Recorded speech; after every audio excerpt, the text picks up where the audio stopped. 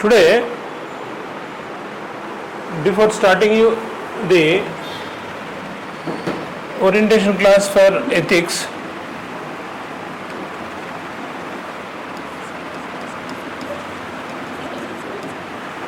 first let us understand what is the importance of ethics. What is the importance of ethics with respect to UPSC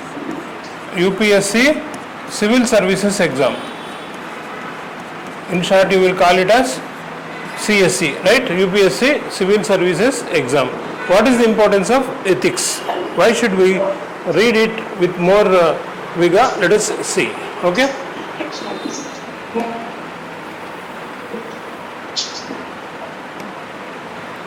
Now, all of you know that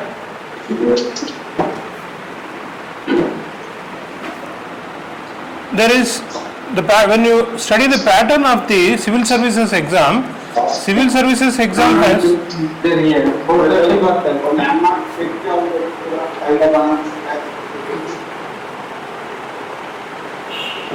all of you mute yourselves unless and until you want to talk to me. Please mute yourselves. Okay. If you have any doubt, you just raise your hand and I will allow you to speak. Okay, Pawan, do you have anything to speak to me? No, sir. Right. So, civil services exam, when you study it, it has 3 stages. All of you know it. It is prelims, mains, and then interview or personality test. All of you know that in prelims there are 2 papers, that is GS and CSAT, and then in mains, coming to mains, there is GS1, GS2, GS3, GS4, that is ethics, and then prior to them it is essay paper 1. Actual essay is the paper 1 and all these are paper 2, paper 3, paper 4, and then optional paper 1, optional paper 1 and optional paper 2. And apart from these 7 papers, there are 2 more papers, language papers, that is in section A, that is English and your mother tongue, whatever it is, whether it is Telugu or Kannada or whatever it is. Okay. So, coming to prelims, all of you know that GS is of 200 marks and CSAT is of 200 marks. CSAT is of qualifying nature. Once you get 67 marks in CSAT, then your GS paper will be counted, and GS is based on its cutoff. You will be qualifying to the mains. So I am not giving much importance to prelims because our point of discussion is about ethics today. So having cleared the prelims, here the mains test will be the main test for you. Now you see here there are 3 papers, general studies 1, 2, 3, and then there is ethics, and then there is essay, option paper 1, option paper 2. Each of them will be carrying 250 marks each, altogether 1750 marks. These 2 are again of qualifying nature. If you get qualifying marks, then only these papers will be taken into account. Now you see this GS1, GS2, GS3, totally there are 750 marks. Out of these 750 marks, whatever hard work you may put in, you will not be able to score more than 40 to 45%.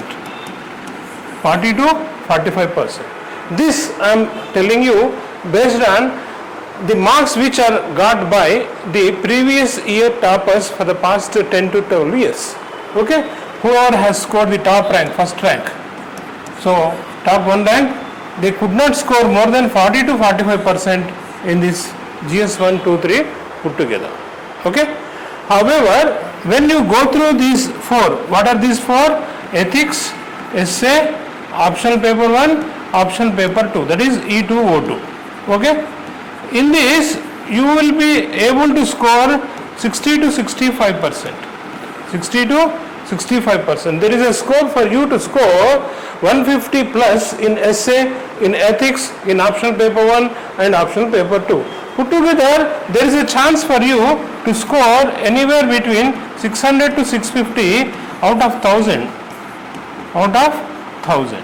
So your GS concentration should be more in particular with the clearing the prelims exam and then getting a minimum of 40 to 45% here.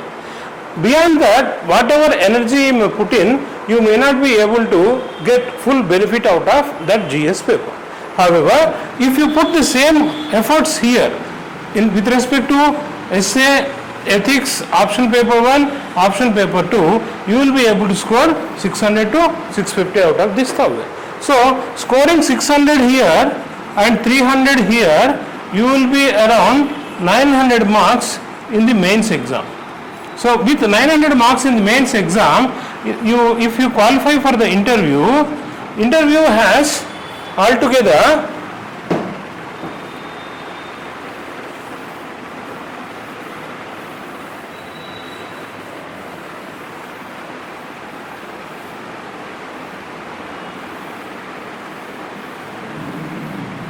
if you look at this, if you are qualifying to the interview with 900 marks, interview has 275. If you score anywhere between 175 to 215, then automatically you will be able to score 1075 to 1115. So this will be your first rank. I am not saying that all of you may get the first rank. The point is that my intention in here, when I am asking you to target somewhere around 1100 or 1075, is that if you are aiming at the first rank, at least you will settle down anywhere between 1 to 50, which is the minimum for IAS. If you are scoring more than 50, higher ranker than 50th rank, then automatically you will qualify to IAS. So all of us actually aim for IAS whenever we are preparing for civil services exam. So as such, the importance of ethics along with essay and optional papers 1 and 2. So it is very much, it must be kept in mind while preparing for the civil services exam. Okay, my dears. Now let us see how this ethics paper is.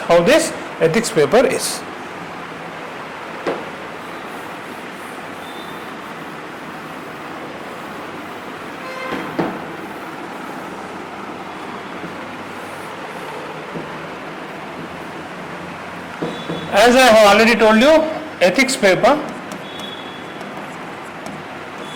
it is divided into two parts.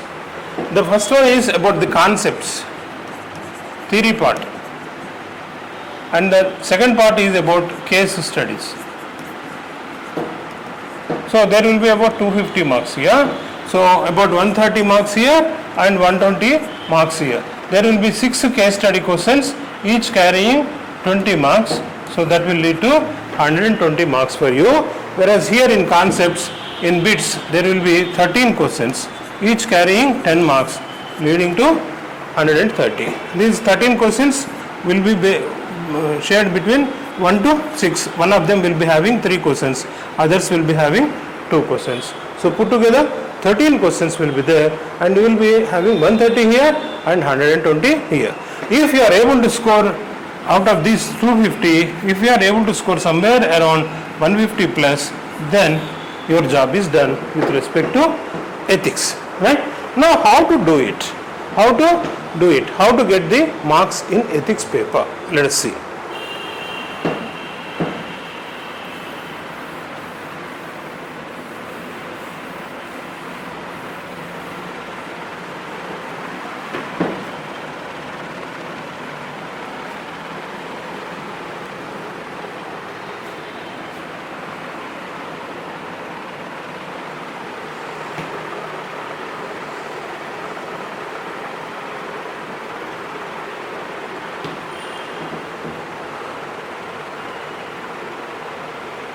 Now let us see the syllabus for this.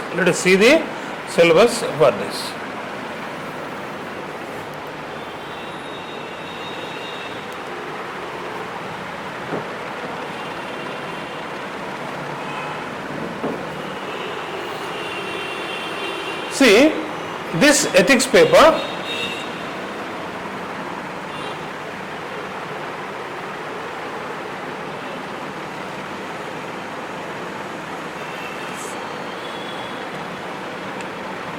it is known as General Studies, fourth paper. Okay, so it is ethics, integrity and aptitude. It is known by ethics, integrity and aptitude. Okay.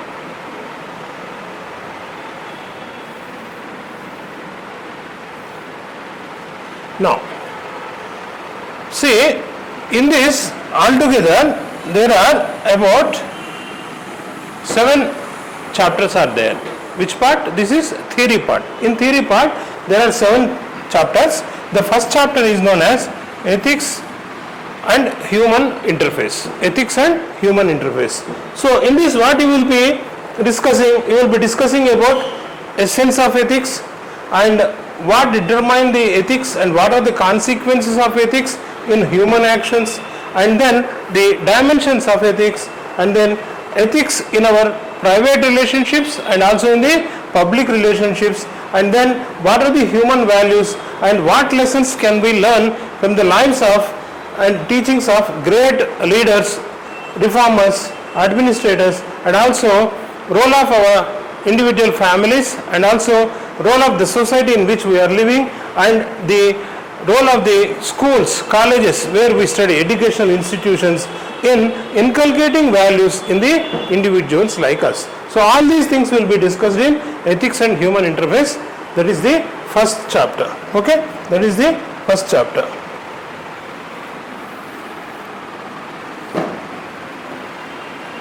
Then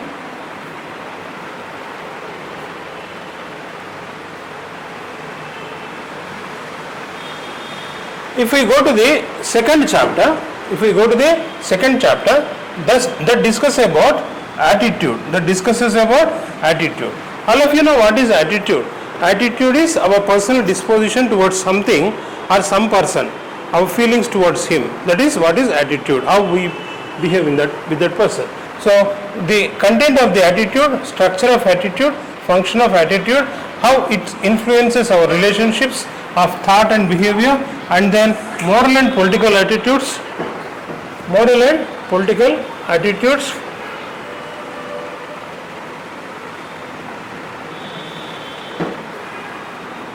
social influence and persuasion. So all these things, in all these respects, how attitude functions,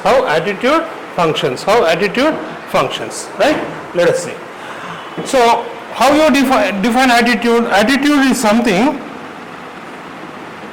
it is a natural ability to do something, your ability to do something, right? So aptitude, rather the definition is this one. Attitude is a settled way of thinking about someone, and aptitude is the natural ability to do something. They are interchanged, right? Now then we are discussing about aptitude. What is aptitude? Aptitude is your integrity, your impartiality and non-partisanship, objectivity, dedication to do public service, empathy, tolerance and compassion towards the weaker sections. Next one is emotional intelligence. In particular situations, how you are going to deal with your emotions. See, what is the concept of emotion? What are the usages of emotions? How do you apply them in administration and governance? Okay. So how do you define emotional intelligence? It is the capacity, your ability to be aware of, to be knowing and expressing one's emotions. You must be capable of knowing your expressions, your emotions, your feelings, and also how you are expressing them. That is also counted here. And to handle interpersonal relationships. Interpersonal relationships means relationship between persons and persons, with different persons, judiciously and empathetically. So how you are going to handle it, all that comes under this emotional intelligence. If you check out the definition of this emotional intelligence, it is the key to both personal and professional success. See, emotions, if you are able to understand your emotions, if you are able to understand others' emotions, if you are able to use your emotions in control of yourself. See, whenever you are using your anger in a controlled way, then you will be able to use it as a tool However, if you are not able to use your anger in your control, then automatically you will be on the losing side. If you are using these emotions as tools in interpersonal relationships, whatever kind of emotion maybe it is, okay, all kinds of emotions, if you are understanding them and if you are using them in a judicious way, empathetically, then it will help you in your profession to lead to the success. Okay, so you must be in control of your emotions. That's what here he says.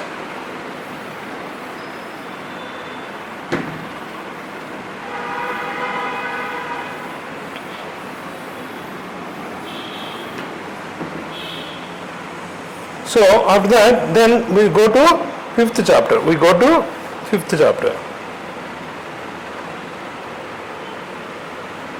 Now, fifth chapter is about contributions of whom? Of moral thinkers and philosophers from India and world. It is from India and world. Okay, it is from India and world.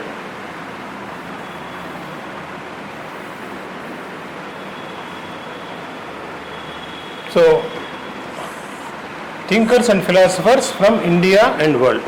Who are the various thinkers? About them also we will be discussing in the fifth chapter. Coming to sixth chapter, it is about public administration. How ethics is used in public administration and what are the values that you are supposed to follow in public service or civil services. So all those things will be discussed under sixth chapter. And then seventh chapter is about probity in governance. So there should not be any bias and also there must be a transparency, all those things. See, transparency in governance, right to information, code of ethics, code of conduct, sharing the information, you must be ready for probing, okay? And then citizen charters, work culture, quality of service delivery, and then how you are utilizing the public funds of which you are in charge. So, and also what are the challenges that are faced because of corruption, all those things will be discussed under probity in governance. So probity means what? The quality of having strong moral principles. Okay. What are they? Honesty and decency. You must always be ready to be transparent in all your dealings. Okay. So these are the 7 chapters which we are going to discuss, and out of these 7 chapters there will be 13 questions. Okay. Each one of 10 marks, totaling 130. And then there is 8th chapter, that is case studies on all of the above issues. Case studies is nothing but the practical application of all these 7 chapters in real life situations. So on this there will be 6 questions, each of 20 marks. So it will be about 120. 6 into 20, there will be 120 marks here. Okay. Whereas all these 7, there will be 130. So put together there will be 250 marks.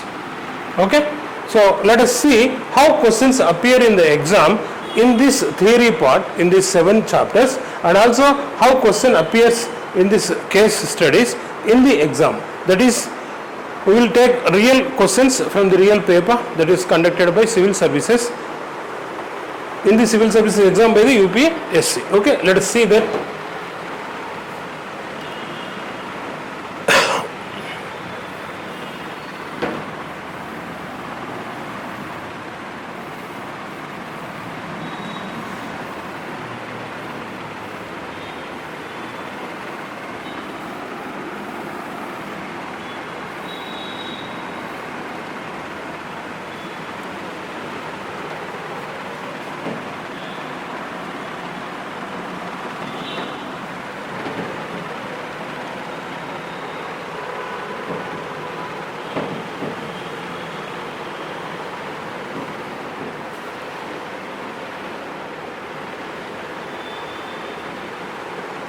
Now,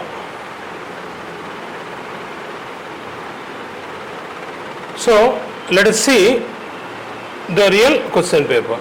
Okay.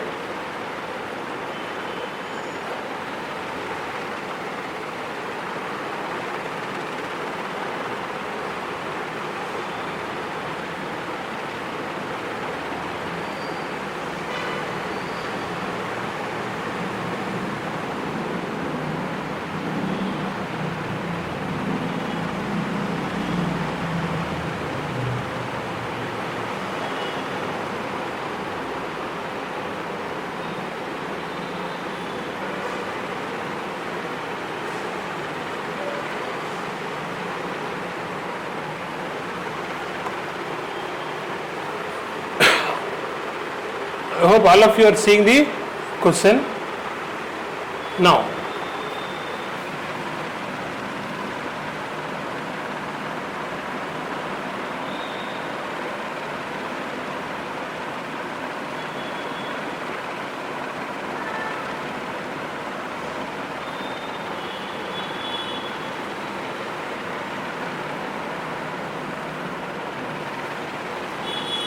Okay, so you can see that this question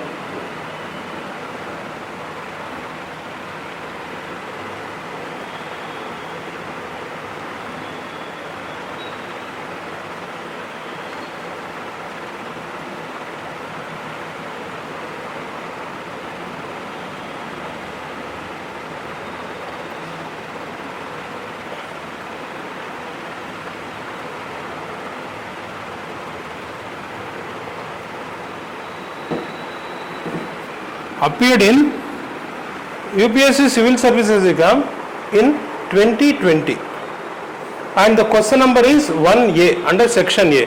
Section A deals with all theory part, section B deals with case studies part. So section A deals with all theory part. So it is question number 1A, A bit. And how many words you are supposed to write the answer? 150 words. So what is the question? Let us try to read. What is he saying? Discuss the role of ethics and values. Role of ethics and values in enhancing three major components. What are they? Of comprehensive national power. What are the three major components? Human capital, soft power, social harmony. So totally there are three. So what is he asking? He is saying that how do you utilize the comprehensive national power in enhancing, means increasing the role of ethics and values. Okay, now let us see what makes this comprehensive national power, that is C and P. One is human capital, second is soft power, third is social harmony.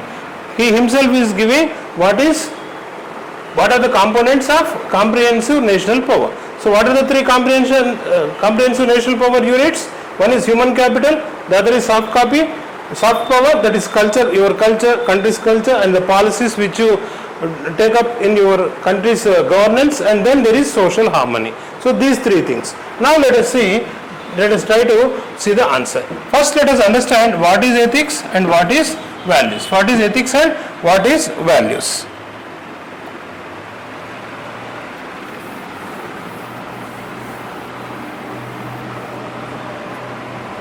So first we are trying to see ethics and values. Ethics and values. Let us see.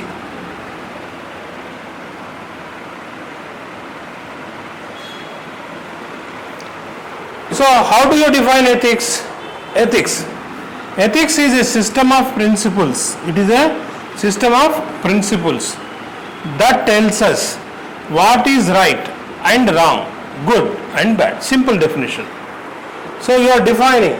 The question is that ethics and values, right? The question was about ethics and values. The question is about ethics and values. The question is about ethics and values. So we are trying to answer the ethics and values here. So what is ethics here? What is ethics here and what is values here? So the definition of ethics says that it is a system of principles. It is a system of principles that tell us about what is right and wrong. What is right and wrong and what is good and bad. Simple definition. So first term we have defined in the question paper. The first term, that is ethics, and then the second term in the question paper is ethical values. So let us define ethical values. What are ethical values? They are honesty, responsibility. They help us in making choices, in judgments. So whenever we are facing a situation where we are supposed to make a judgment, where we are supposed to take a decision based on these ethical values like honesty and responsibility, we take those judgments. So that's what defines ethical values. So two major terms, key terms, we have defined: ethics as well as ethical values. Ethics as well as ethical values. And then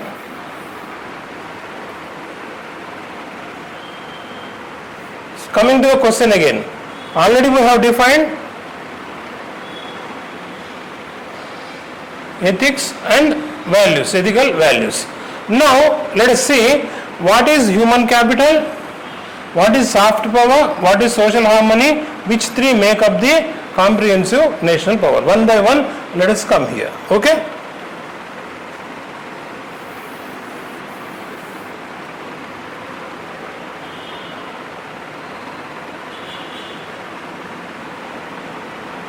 Now, so one by one we are coming. The first one he has given is human capital. The first one he has given is human capital. So we are defining human capital. What is human capital? It is a set of personal attributes.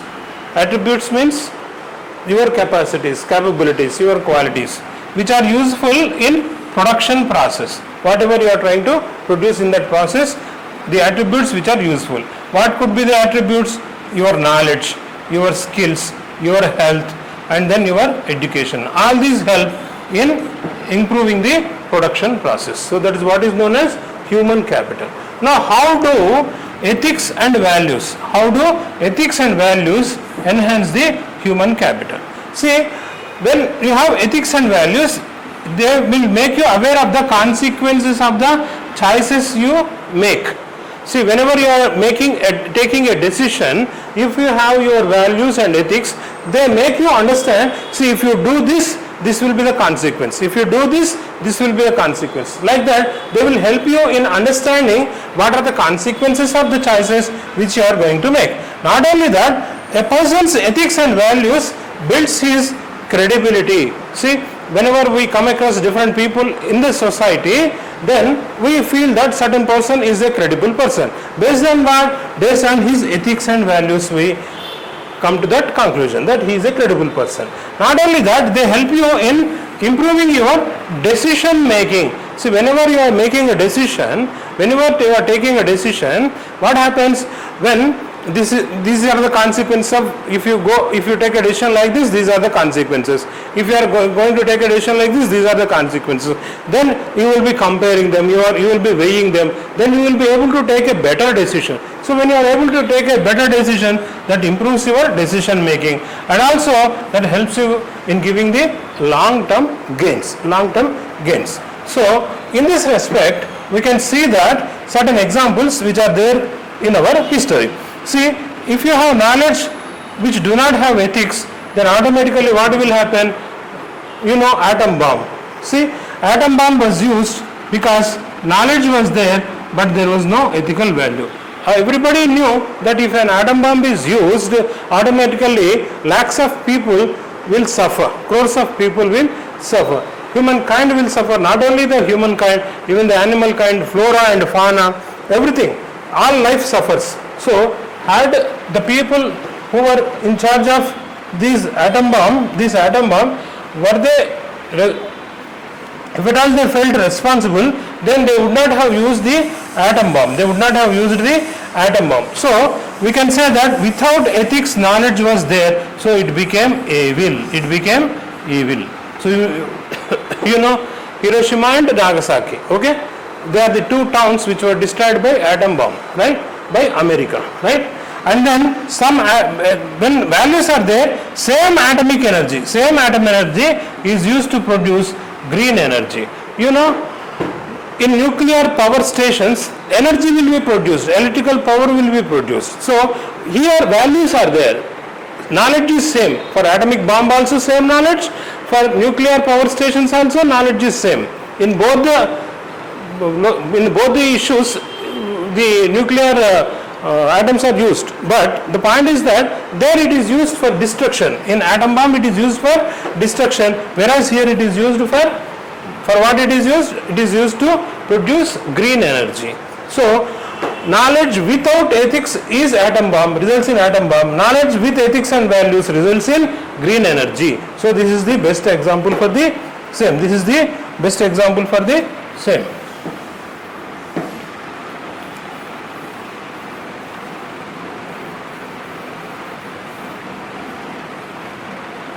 And then knowledge, ethical values stress on means.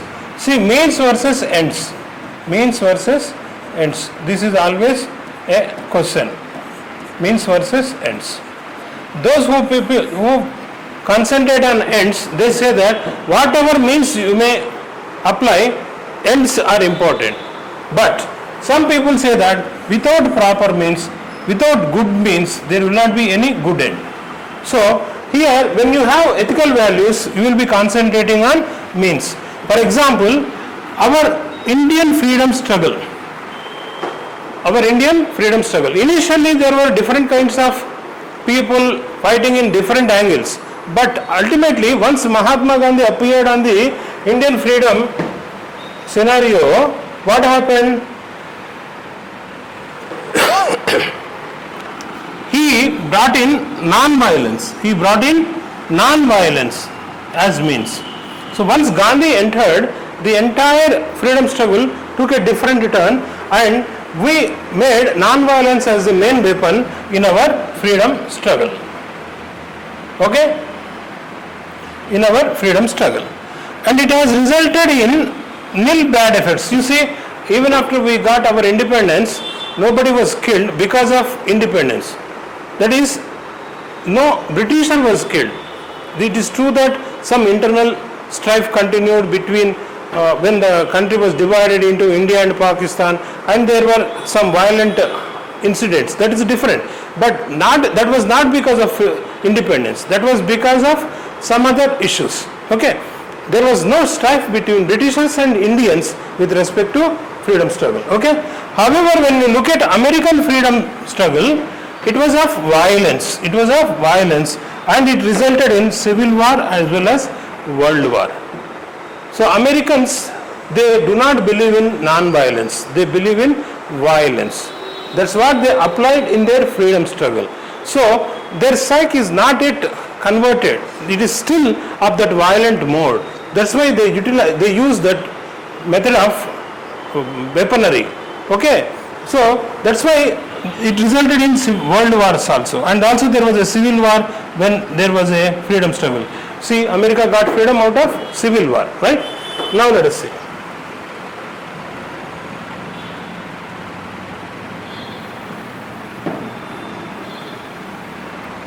So,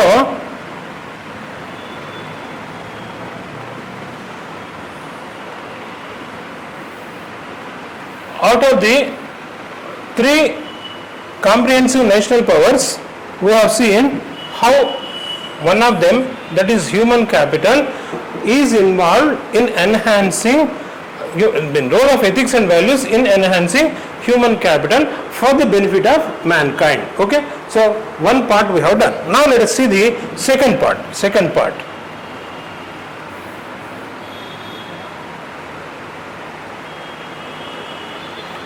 What is the second part? It is about soft power. What is the soft power? Already we have said it is about culture and the policies. See, Indian diaspora means Indians worldwide. Indian diaspora.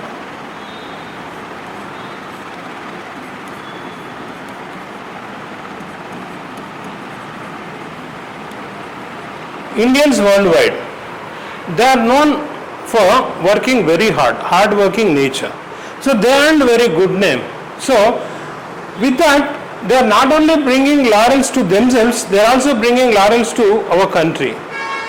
So our culture is part of that hard working nature. Maybe Indians are laid back when they are in India, but when they are going abroad, they work very hard and they try to earn name and fame and money for themselves as well as for their families, ultimately to the country. So even the policies by government, our policy is, you can see that our policy is non-partisan. All, it is the development of all. Okay, Vikasit Bharat. That means what? we are trying to inclusive growth. We are trying to make the growth inclusive. That means we are trying to include all sections of the people across the society, across the country. So all those policies, those two, the culture and the policies of the government, culture of the people and the policies of the government, they contribute to the soft power. With this soft power, we will be able to utilize or influence other countries, do what we want they to do. For example, here A is there, A is a country and I is India.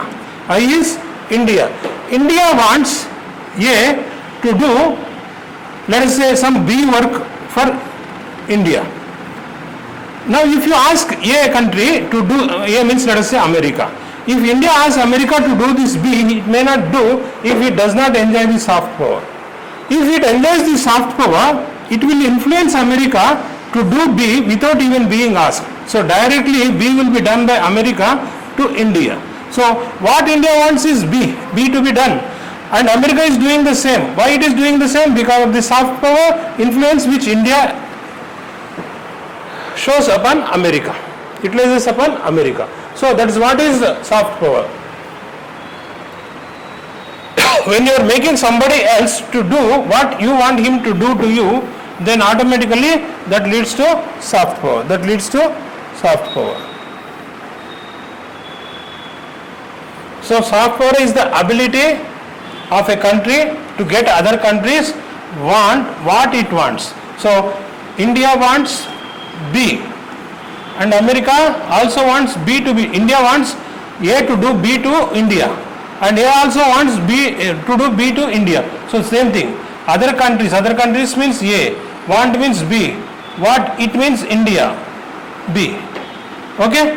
Whatever India wants America to do to it, the same thing America also wants to do the same thing to India. So automatically the purpose of India is served here. So that is what is soft power.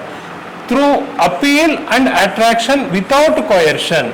See, in this world, in the modern world, nobody is ready to be an underdog, nobody is ready to yield for coercion.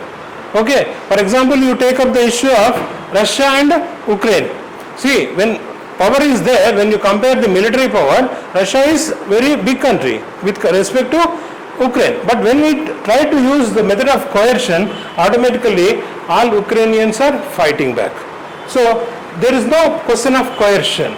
In this modern world, in this 21st century, nobody can be coerced. Okay? So what you have to do is to utilize your soft power. So India is known for the soft power world over. India is known for soft power world over. It is co-optive and rests on three resources. What are they? One is culture. India has never attacked any other country. And the political values. We have democratic system successfully running for the past 75 years. Despite all the differences, there are different kinds of people living in the country, but still our political value, democracy is still surviving. And the policies are non-partisan. You can see that no policy is made for a particular section of the population. It is done for all the population together, except for some certain schemes which are made to develop the underdeveloped or long forgotten or suppressed sections of the society. Okay? Otherwise, all are inclusive policies. And also it secures national interest at best. Whenever we use our soft power, India, for example, you can see what our Foreign Affairs Minister, Foreign Affairs Minister Jaishankar has said. What did he say? EAM, when somebody asks, why you are sitting on the fence? You be either with us or be with Russia. Why you are not with America or why you are not with Russia? Why you are sitting on the fence? They asked him. Then he politely said, my dear friends, why should I look at you people either from American point of view or from Russian point of view? I look at you two people from my point of view. It is not sitting on the fence, but it is sitting on my ground. So that's what it says.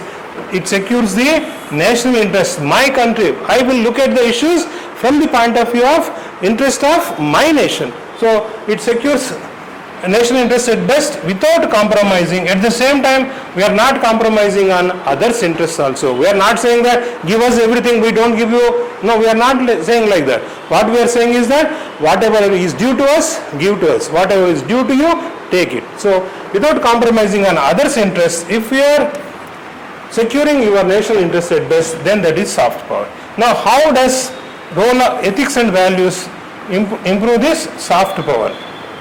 You see, all of us have the ancient values. What are the ancient values?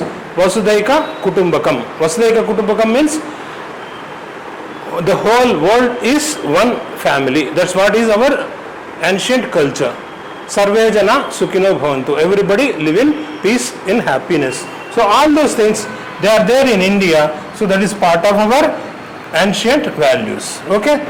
They revive our national pride and project our country's peaceful image. When you say that the whole world is one country, that shows that we as a country, as a nation, as a people, we always go for peaceful means of living. Okay? We are not for violence. Even you can see that even in our freedom struggle, we used this as part of our freedom struggle. Okay, which one? The non-violence. Okay, and what are the other values that we have? Secularism. You can see that in the world, name any country, they are known as some particular religion's country. But India is non-religion.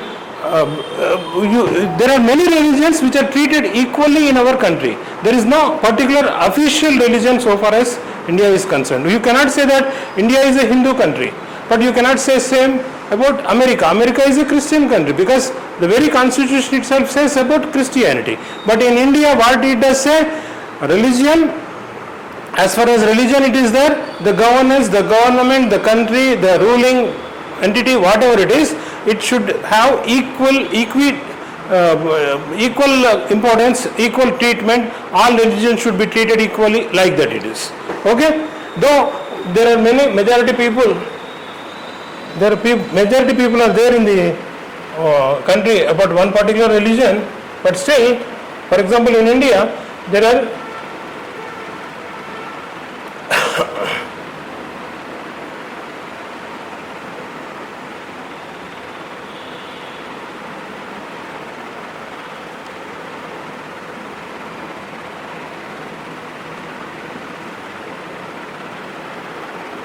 more Hindus are there, percentage, but still India cannot be called as a Hindu country because we are following secularism. And then there is protection of minorities. You can see that what is happening in Bangladesh as of now.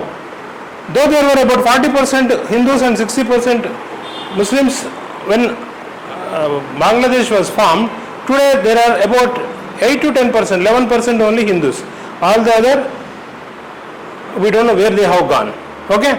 And even now, once the Hasina government is toppled, what is happening there? The majority Muslims, about 80 to 90% are there, they are attacking the minorities, maybe Hindus, maybe Christians or whatever it is. Okay? So they are attacking the minorities. But in India, we have rules and regulations which protect the minorities. And then we have tolerance. So what we say is that all religions are equal. Okay? We say that we inculcate the value of tolerance towards other religions. Okay? We care for everybody. We love everybody. We feel empathy towards the suffering, and then concern also we have. And all these add to the inclusive growth. So in our government policies, our society at large, everything, it follows these principles. What are they? Secularism, protection of minorities, tolerance, care, love, empathy, and concern. Maybe there are one or two stray incidences where something might have happened, but at large, overall, we can say that our country is more of secular power. So this increases the soft power of our country worldwide. So because of this soft power, whenever there is a rift between any other country with us, they will be looking at us for a proper answer. And then when there is a conflict between other countries, second country and third country, if India is involved, usually India does not involve because unless and until a help is sought between two fighting countries. For example, we can see that Russia and what is this country? Ukraine, or Israel and Palestinian. So unless both the parties request us to mediate, we will not mediate, because that will be not giving any results.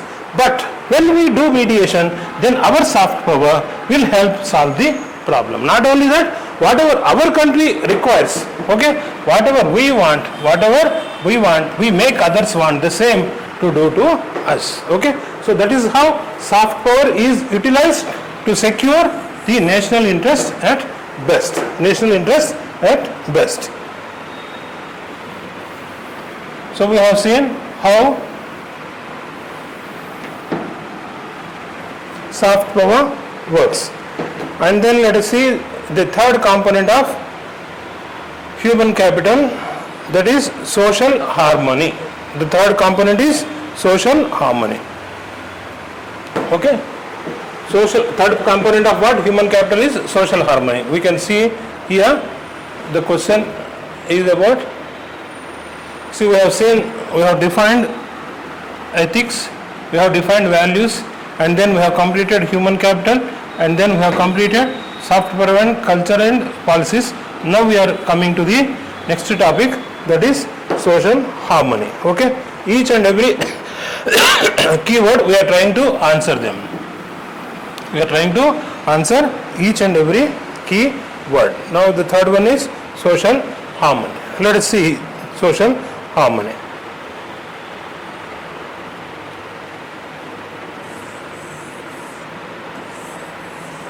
So the third important word is social harmony. What is it? How you define social harmony? It is an indispensable process of valuing, expressing and promoting love, trust, admiration, peace, harmony, respect, generosity and equity upon other people in any particular society. Whichever society we are living in, okay, whichever part of our country we are living in, when you are showing these values, what are the values? Love, trust, administration, peace, harmony, respect, generosity and equity. So we are trying to promote these things, we are trying to express these things, okay, regardless of their national origin, whichever country he may be coming in from. Please mute yourselves. If anybody is talking, please mute yourself. Weight, marital status, ethnicity, color, religion, caste, gender, race, age and occupation. So these things do not matter. He may be belonging to some other country, but still we respect, we give him love, all this respect, trust, administration, all these values we show towards them. Suppose somebody is of different weight, even then we give the same thing. Somebody is married or unmarried or divorced, whatever it is, still we do all these things. Ethnicity, whatever ethnic background he may be belonging to. Color, black, white, brown, whatever it is. Religion, whichever religion, Hindu, Christian, Muslim, whatever it is. Caste, or different types of caste. Gender, man, woman, third gender, whatever it is. And then the race, then the age, then whatever kind of occupation he is in. Still we are showing him love, trust, admiration, peace, harmony, respect, generosity, equity. So when we are inculcating these values, then automatically that society lives in a harmony. When the society lives in a harmony, automatically it leads to improvement in the economy. It leads to, when you are showing these qualities, automatically what does it do? It increases the equitable and rapid economic development. You can see that whenever there is peace, whenever there is stable government, automatically there will be economic development. It increases very rapidly. It improves peace and cohesion. When a society is peaceful, automatically all people will be in cohesion. It helps the citizens to abide by the law. So when there is no violence, automatically everybody will be abiding law and they will be respecting the rights of others, freedom of others, as well as the constitution. Everybody will be following the constitution. Okay. Now, in enhancing social harmony, what role does this ethics have? Okay, what role does this ethics have? What role does this ethics have?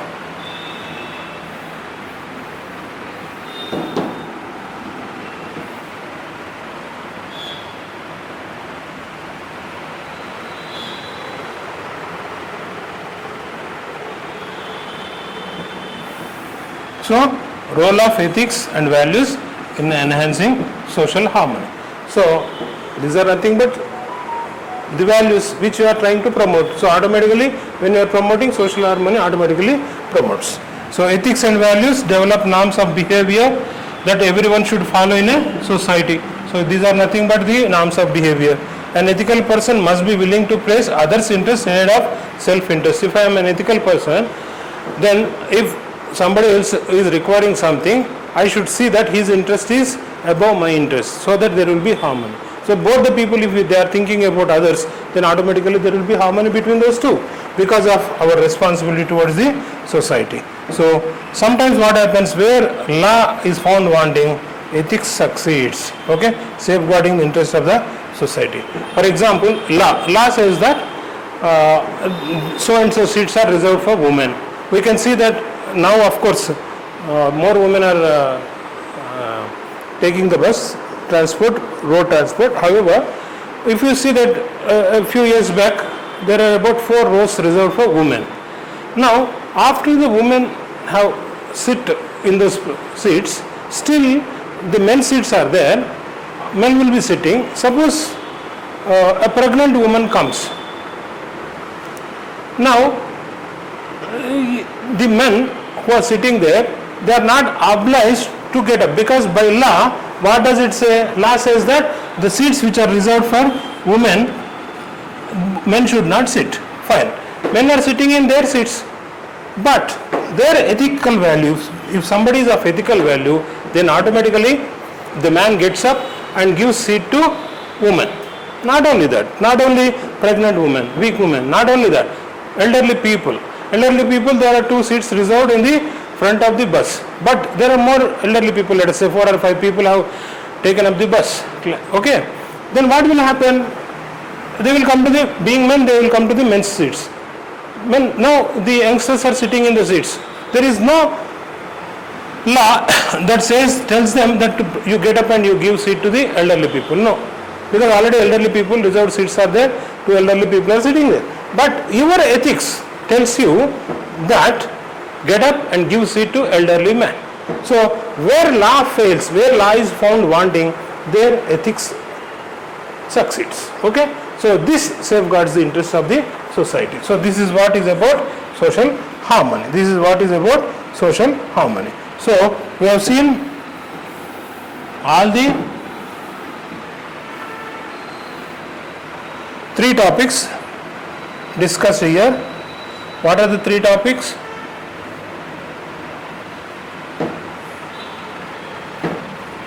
Human capital, soft power culture and policies, social harmony, ethics and values. So we have attempted all the keywords of the question. All the keywords of the question we try to explain, and we have tried to explain with respect to the role of ethics and values in enhancing human capital, soft power and social harmony. So answer to the point. Whenever I have seen many people while correcting their answer papers, question will be something, answer will be something different. Answer will be something different.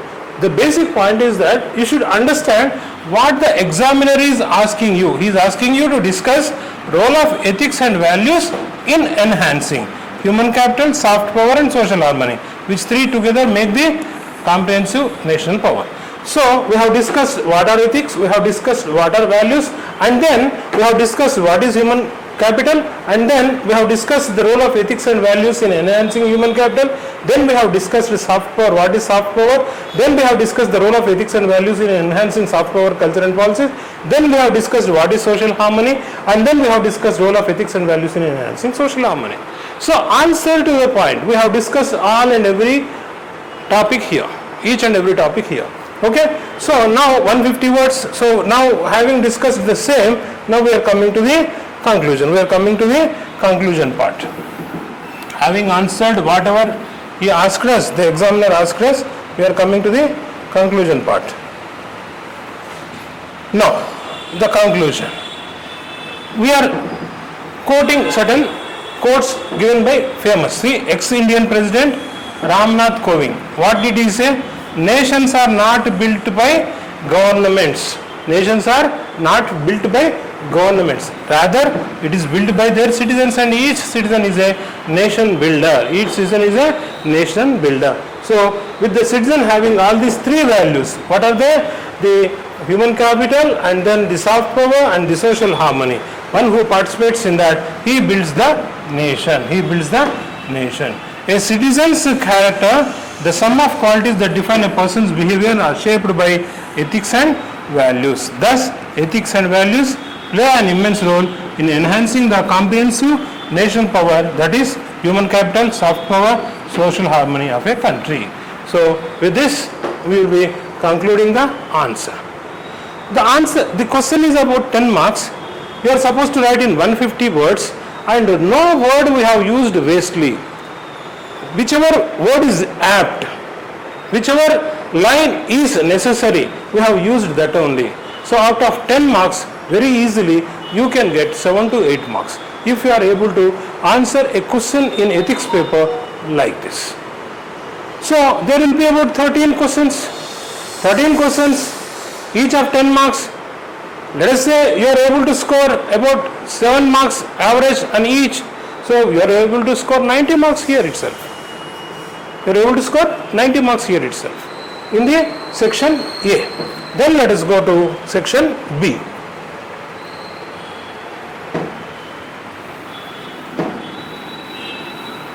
Section B is about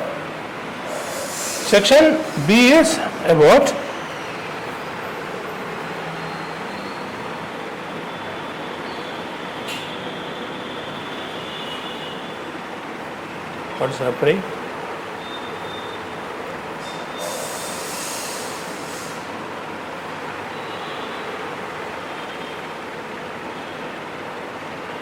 Oh. Now, section B is about case study. Section B is about case study. I have told you there will be 6 questions of 20 marks each. So, this section B, there will be 6 questions. You are supposed to write 250 words answers, and each one is carrying 20 marks. While writing the case study, the first thing and foremost thing that you have to understand is what he has given in the passage. The passage usually is of about 1 to 1.5 pages. You are supposed to read it very patiently. At the same time, you have to read it very fast. You should understand it very fast. You should comprehend it very fast, for which you are supposed to increase your English vocabulary. People may be lying to you that English is not necessary. No, my dears. Learning is very much important with respect to civil services exam. If you are supposed to score more marks, you are supposed to understand the questions which are given, and to understand the questions, you should have a clear knowledge of which word means what.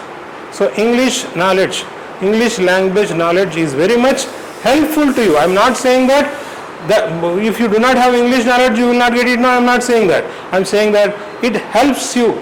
English knowledge always helps you. So try to learn English vocabulary as much as possible. Okay. Now, what did he give in this? See, it is question number 7 in 2020 exam. In the mains exam 2020, it is question number 7. What did he say? Let us see. Rajesh Kumar is a senior public servant with a reputation of honesty and forthrightness. Currently posted in the finance ministry as head of the budget division. His department is presently busy in organizing the budgetary support to the states for which are due to the polls within the financial year. So next financial year, 4 states are going into polls. Now here the case is, this year's annual budget had allotted 8,300 crores for National Housing Scheme NHS. So for National Housing Scheme, how many crores were allotted? 8,300 crores for NHS, National Housing Scheme. And this is a centrally sponsored scheme, and it is for the weaker sections of the society. Okay, so welfare scheme it is. Out of this, by June, 775 crores have been done. So out of 8,300, 775 have already been done. Okay, so if you remove 775, then it will be how much it will be? 8,300 minus 775 means what is the balance that is remaining? 300 if you remove, 475, 500, 7,525 crores approximately. Okay, it is still the balance with the budget.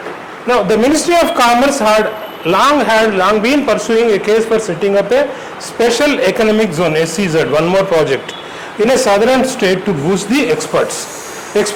After 2 years of detailed discussions between the center and state, the Union Cabinet approved the project in August, and then the process was initiated to acquire the necessary land. Then what happened? Let us see.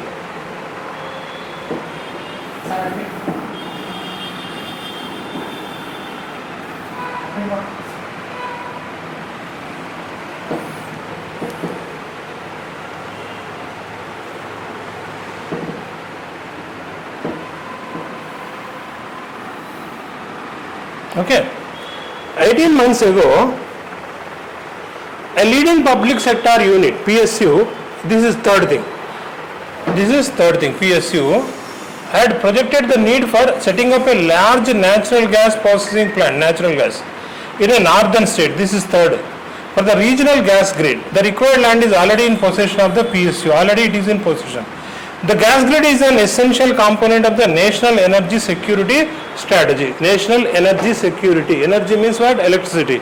Okay. So for all kinds of needs, whether it be industrial needs or domestic needs or agricultural needs or whatever it is, you require this security strategy. Which security strategy? National Security Strategy, for which this regional gas grid is very much important. After 3 rounds of global bidding, the project was allotted to MNC measures XYZ hydrocarbons. The first tranche of payment to the MNC is scheduled to be made in December. It is supposed to be made in December, coming December. Now, Finance Ministry was asked for a timely allocation of an additional 6,000 crores for these 2 developmental projects. See, out of the 8,300 crores, some 675 crores was spent. Out of the 8,300 crores, some how many were spent? 775 crores were spent, and then the remaining was 7,525 crores is remaining. Out of these people are asking 6,000 crores. So how much will be remaining? Only 1,525 will be remaining for the National Housing Scheme, which is a welfare scheme. And you know, four of the states are going for the polls. So if National Housing Scheme is properly not implemented, then automatically the ruling party may suffer. But at the same time, it is also important to allot funds. It is also important to allot funds to the national grid, regional gas grid. It is also important to allot funds for the regional gas grid. And not only that, we have seen in the other paper, it is about special economic zone also. Okay. So for these 2 projects, 6,000 crores is required. So it was decided to recommend reappropriation of this entire amount from the NHS allocation. So NHS allocation is 8,300. From this you arrange 6,000. That's what the people asked. The file was forwarded to Budget Department. You know who is sitting in the Budget Department? Our hero Rajesh Kumar is there. Okay. On studying the case file, Rajesh Kumar realized that this reappropriation means giving 6,000 to these 2 projects caused inordinate delay in the execution of NHS. Since out of 7,525 crores remaining, if 6,000 crores are siphoned off out of NHS, only if 1,525 crores remain, then automatically there will be inordinate delay. Okay. A project much publicized in the rallies of senior politicians. 4 of the states are going for elections, polls. So it may affect a lot. Correspondingly, non-availability of finances would cause financial losses to cess. See, this is the first project, this is the second project, and also this is the gas grid is the third project. So if you are not allotting this 6,000 crores to cess and the national embarrassment due to national delayed payment, this is international project, this is third, this one MNC. So if 6,000 is not paid, cess will loss, financial loss, and also national embarrassment because a multinational company is participating in this grid project. So then national face will be lost. So what should do? So it is NHS versus cess and gas project, gas grid project. So it is versus. So always remember, ethics is not, these case studies are nothing but between two issues. Which one to take up, which one not to take up, how to take up, how to deal. When discuss, some people will be demanding national housing scheme, some people will be demanding cess, some people will be demanding the regional gas grid. So when both sides are correct, NHS is also correct, cess is also correct, and then international project also correct. So what to do? How? Now there is a conflict of interest between national housing scheme and cess and international project.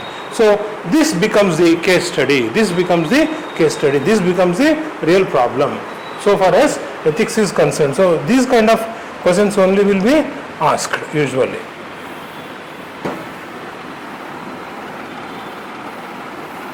So while reading it, we should be able to understand it, we should be able to grasp the core of the issue. What is the core of the issue? So the core of the issue is that about 8,300 crores have been granted for national housing scheme, out of which some 775 crores have been spent towards national housing scheme in the initial stages, and then still some 7,525 crores are remaining in that NHS project. But in between came up two projects, one is gas grid and the other is cess, which are demanding 6,000 crores. And the finance department is asking this budgetary department to allocate those 6,000 crores to be reappropriated from NHS to these two. So what Mr. Rajesh Kumar is supposed to do? Let us see. What is he supposed to do? So now what happened? Rajesh Kumar, the issue came to him. He discussed the matter with his seniors. So naturally, when the problem is beyond his capacity, he has to discuss with his seniors. So he has conveyed that this politically sensitive, because 4 of the states are going for elections polls. If national housing scheme is not properly implemented, then at the elections the national party may suffer, the party in the ruling may suffer. So it has to be processed, needs to be processed immediately. Rajesh Kumar realized that diversion of funds from NHS could raise difficult questions for government in the parliament. When you divert the funds which are allocated for national housing scheme, automatically the opposition parties will try to take advantage out of that, and they try to question the government on why you are diverting the national housing scheme. Are you not interested to serve the poor people? Okay, so all those questions will be asked. So it will be difficult for the government.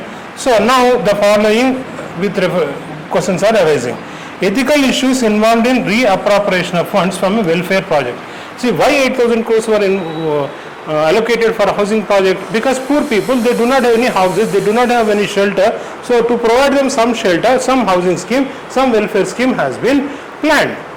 And if you are reappropriating funds from them, so you are neglecting their shelter. You are not able to provide them welfare. So it is an ethical issue. Okay, and then the point is that what about developmental projects? So is it welfare scheme that you are supposed to concentrate, or you are supposed to concentrate or do it for developmental projects? So which one? Should you go for welfare or should you go for development? So this is the question number 1, that is A. And then B, given the need for proper utilization of public funds, whatever public funds are there, you are supposed to utilize them properly. Discuss what are the options available to Rajesh Kumar. Now what Rajesh Kumar should do? See, for welfare scheme 8,000 crores were allotted. Now government wants to, when people in the financial department want 6,000 out of this, so what should Rajesh Kumar do? What are the options he should do? Okay, so this is the ethical question, and he is asking us to write answer in 250 words, which carries 20 marks. So this is the crux of the question. Now what are the options available for Rajesh Kumar? What are the options available for Rajesh Kumar? Let us see. So all this is question only. All this is question only, which you are supposed to read it in within 3 or 4 minutes and understand it perfectly, for which your efficiency or proficiency or knowledge of language helps. Unless you have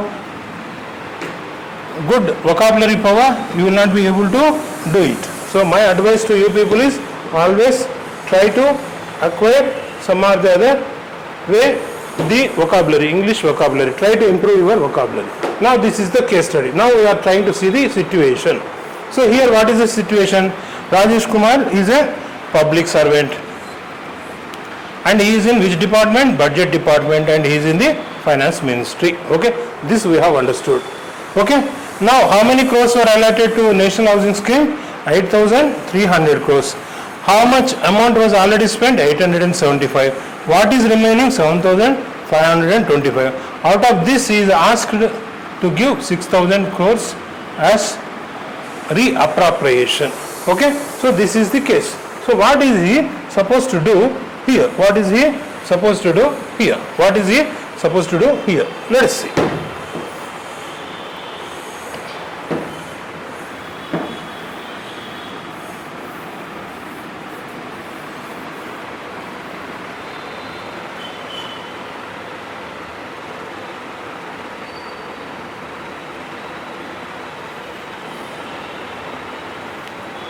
So what are the remaining funds?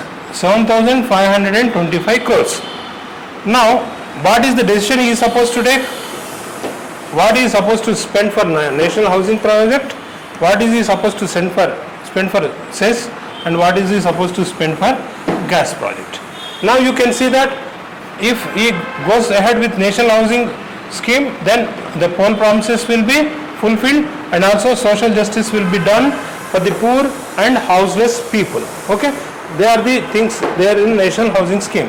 If you go for SEZ, that is special economic zone, automatically there will be economic growth and development, and also whatever social justice you want to do here, for that in future, for future fund will be generated. Unless you have economic growth, unless and until you have economic growth, you will not be able to have funds to spend for social justice. So says giving funds to such project also helps you in doing social justice in future. Okay, and then coming to gas project. Now it is a national image because MNC is involved in it. It also helps in economic growth and development and also social justice related fund generation. Both SEZ as well as gas project, they create fund generation for future social justice. So these are the three issues. Now how much these SEZ project and gas project require? They require about 6,000. They require about 6,000, right? They require about 6,000. Now how much amount is available with national housing scheme? If 6,000 is given, only 1,525 crores. Okay. Now what is he supposed to do? He is supposed to do fund reappropriation based on need in different months. See, 6,000 crores is required for gas project as well as SEZ project, no doubt about that. But all the 6,000 crores are not required immediately for gas project or SEZ project. And also all the 7,525 crores are not required for NHS immediately. So based on the need in different months, if Rajesh Kumar can allot or reappropriate funds, then none of the projects suffer. He will be able to allot funds for gas project also, he will be able to allot funds for SEZ project also, he will be able to allot funds for NHS also in the immediate future, okay, for the next few months. Then what he is supposed to do after that?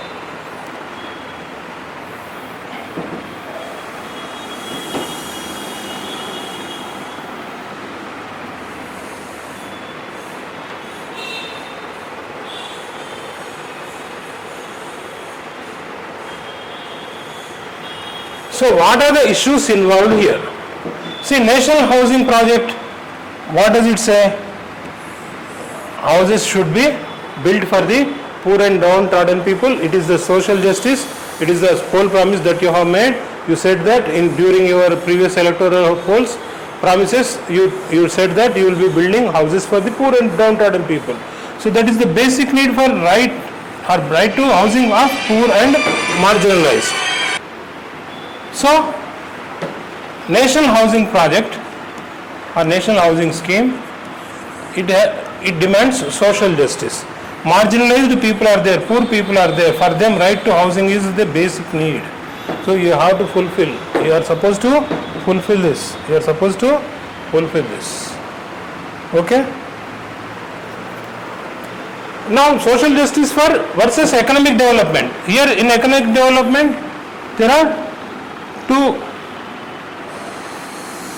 In economic development there are two, gas project and cess project. Both of them lead to economic growth and industrialization. Both lead to employment. Both lead to economic development. And also they create funds for future social justice. See, if you have 1,000 rupees, if you spend all the 1,000 rupees for welfare scheme, you have not spent anything for economic development, then next year from where the funds will be created, from where the funds will be given for the social justice. Unless and until there is some economic development, you cannot have funds for the future social justice. So that future funds will be generated through the economic development.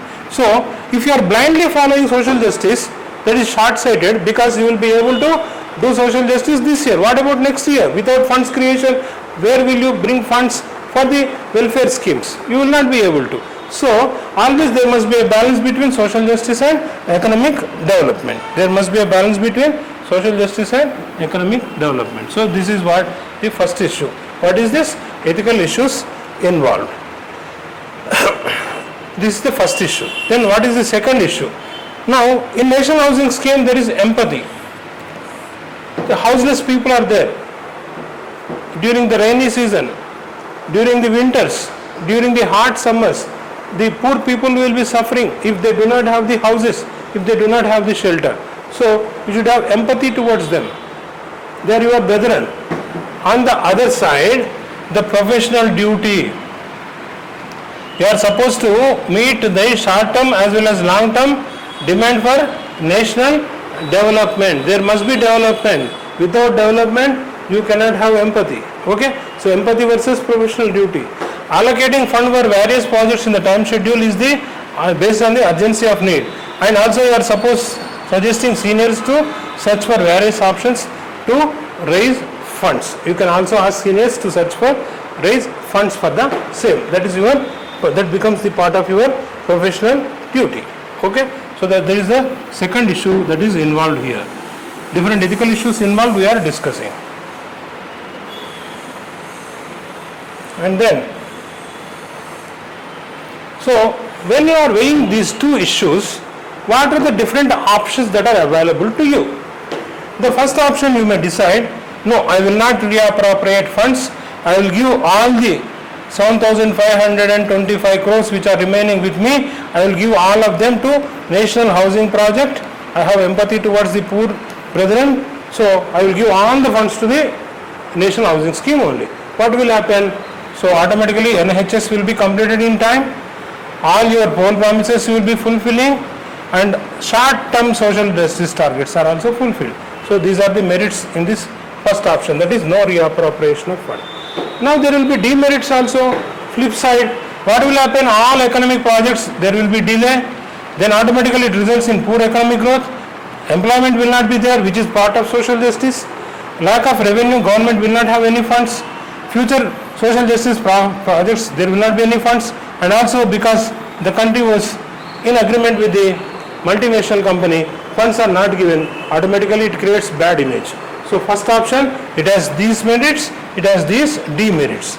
Then let us see what are the other options available for us with respect to the ethical issues that we have discussed.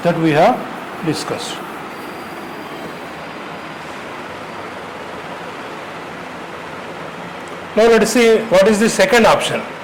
What you are doing now, 7,525 crores are there with you, out of which 6,000 crores have been asked to provide for cess and also MNC project, international project. So 6,000 crores. So complete reappropriation you are giving 6,000. So only for housing there will be only 1,525. Okay, for National Housing Scheme. So based on the complete reappropriation you are giving whatever 6,000 crores have been asked. Now what are the merits and demerits of the second option?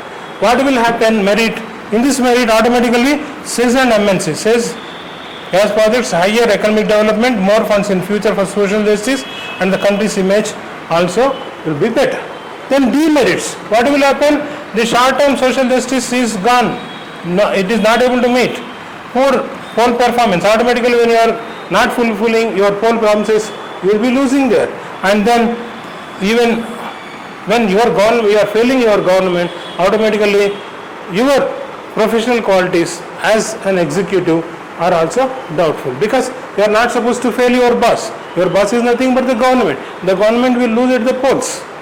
Okay, so these are the demerits and these are the merits if you are going for the option 2, that is complete reappropriation. So option 1 and 2 we have seen. Okay, are there any more options? Let us see.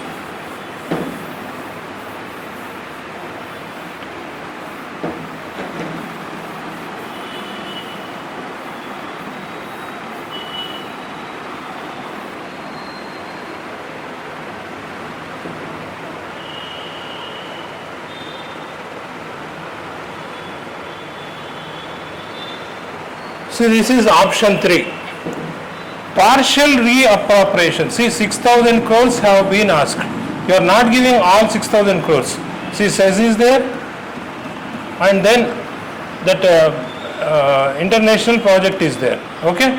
So for this, you are not giving whole 6,000, but some part of it. Some 1,000 here and 1,000 here, or 1,500 here and 1,500 here, based on the merit and time-based needs. Whatever time-based requirements are there for these two projects, you are allocating, and then you are generating funds through other options. Now, when you are deviating funds, when you are reallocating funds from the national housing scheme, what you are supposed to do is you are supposed to regenerate funds through some other means, so that you are also giving only part payment here. So some funds are required here and some funds are required here apart from the available funds. So what you are supposed to do is you have to generate funds through what? Through bonds, loans from RBI to meet short-term needs to the generates for sales and cash project. So whatever amount is available for you, 7,525 crores. Now national housing project is there, national housing scheme project is there, and also there is gas grid, and also there is cess. 3 are there. Okay. So 6,000 they asked for these two. They asked for 6,000, but you are not giving all the 6,000, but you are giving some 3,000 here. So 3,000 means it still requires another 3,000.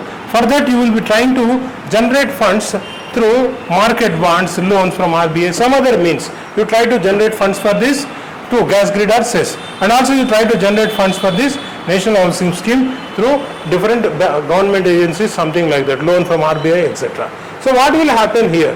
See, merit-based reappropriation. You are doing reappropriation, no doubt about that. But now you are not doing whole reappropriation, whole 6,000 you are not giving. You are giving based on the requirement, based on the merit. So automatically all projects will be having funds, use of innovative and hybrid ways in generating funds. So you are doing all ways in which you can generate the funds. That will ensure maximum benefit to social and economic project. So this also gets benefited, these two also get benefited based on the funds you are able to generate. So what will happen? Automatically there will be demerit is you will minimize negative impact on national housing scheme, rather it is merit only. Okay. So whatever negative impact is there, you are trying to minimize it. So while looking at all these 3 options which we have studied, all the 3 options which we have studied, we can very easily understand that option 3 is the best. Okay. Option 3 is the best. You have some demerits and merits in option 1 and 2. But comparing option 1, option 2 and option 3, then you see that option 3 is the best available option. Option 3 is the best available option. Of course, there is option 4 which says that which makes Rajesh Kumar to run away, resign. Okay. So, but is resignation a good option? No, it is a no solution and it is a bad option. What will happen? It will reduce the trust of the political executives and bureaucracy. Whenever there is a crisis, the executives run away. Okay. So, and it sets a bad precedent also. So, resignation is in no way a good option. Okay. Rather, what he should do? He should seek suggestions from seniors as well as juniors. See, not only seniors, sometimes juniors also will be able to give some good advices, and also experts. Okay. What to do to get better options and improve trustworthiness of not only the institution of finance and ministry, but in country too for FDI as business friendly nation. So ease of doing business. So option 4 resignation is not done. So option 3 seems to be the best option in the given circumstances. Every challenge should be seen as an opportunity to better yourself. See, you have seen this SWOT analysis, okay? Strength, weakness, threat and opportunity, okay? So usually opportunity is the third one. So what you say is SWOT analysis. So here there is a threat, an imminent threat. You have converted it into opportunity. You have converted it into opportunity. There is a weakness. You have converted it into strength. So that is the winning formula.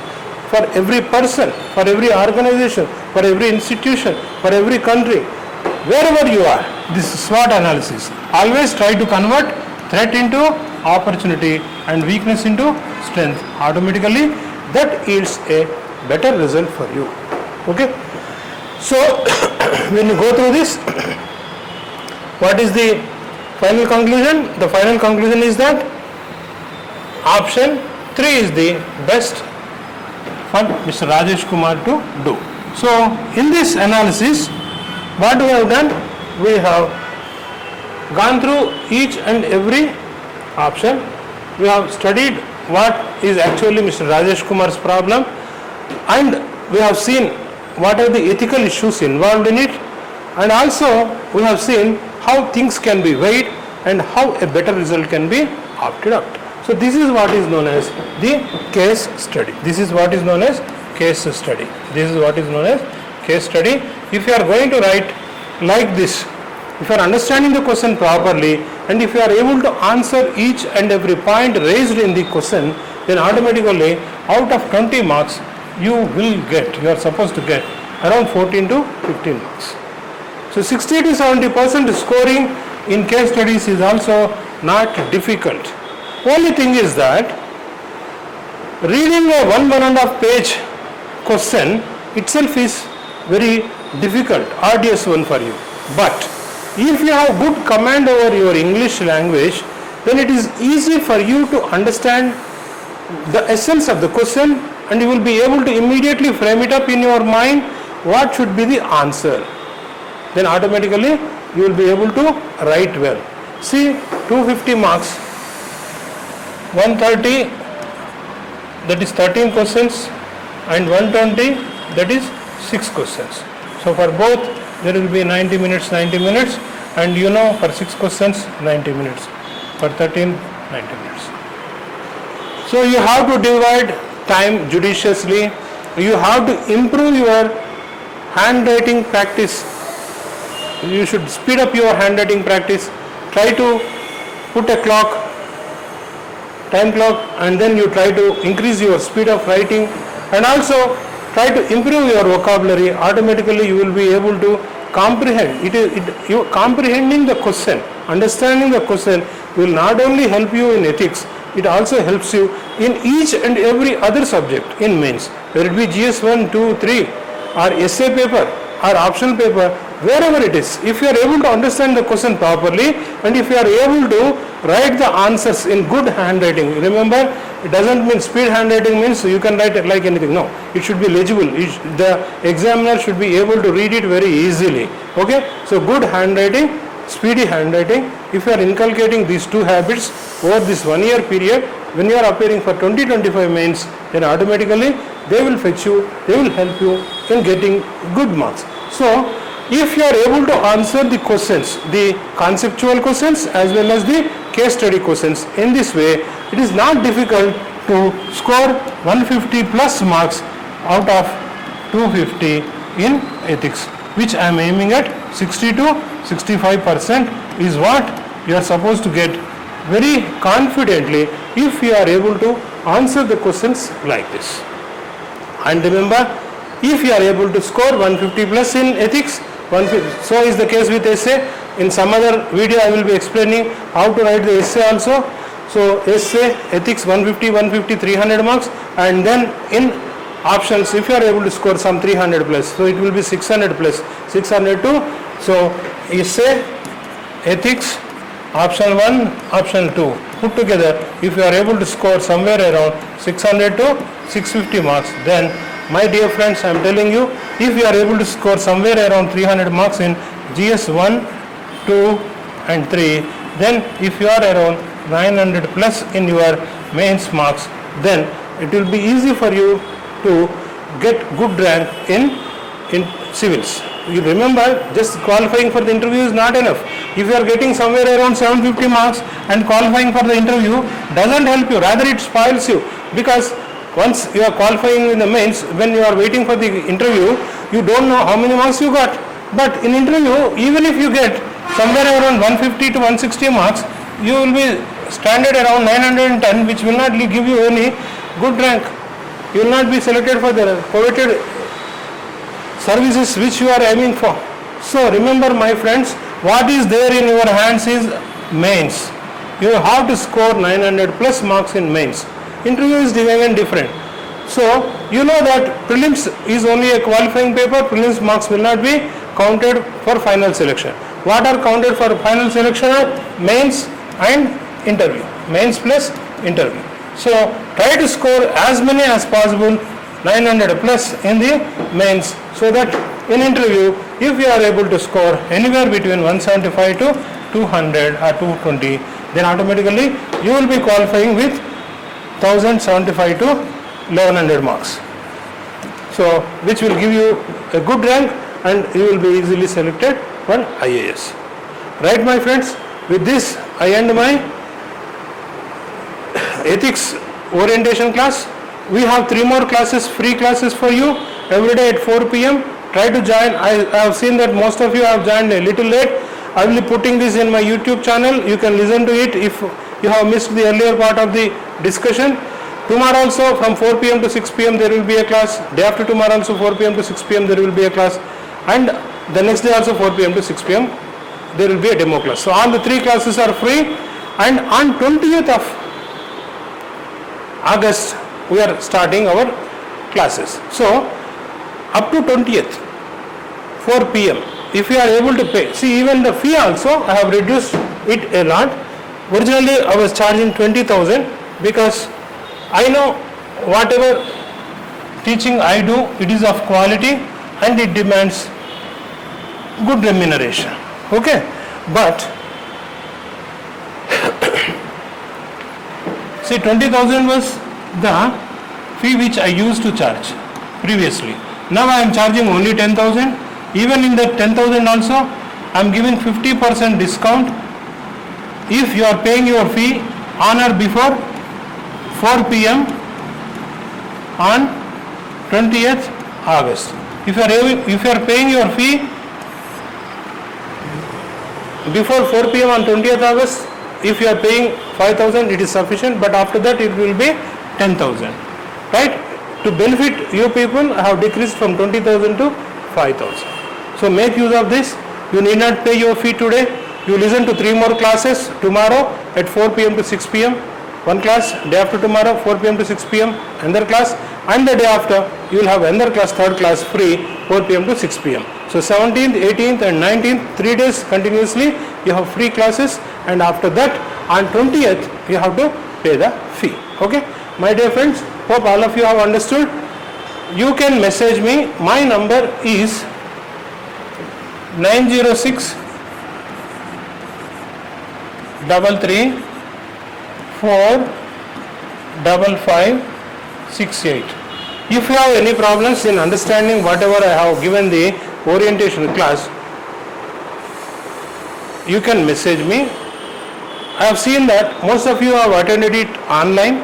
I advise you to attend it offline also, because there will be a direct interaction between you and me. Here, when you are listening to the class online, it is good, but then it is not equal to listening to the class offline, directly seeing your faculty, directly seeing your teacher. And for me also, when I am looking at your faces as students, I will be able to understand whether you are understanding or not. So what is happening here in this online, it is one-way teaching. I don't like this one-way teaching. Of course, if it is not possible for you to attend offline, you can attend online. Something is better than nothing. But I advise you to attend the classes as much as possible offline. Offline interaction is always helpful to you. Okay, my dears. Still, if you have any doubts, you can message your doubts to me on this number 90633 45568, and whatever doubts you have, I will try to explain them in tomorrow's class. Okay, you message me your problems so that I will explain them in tomorrow's class before starting tomorrow's class. Okay.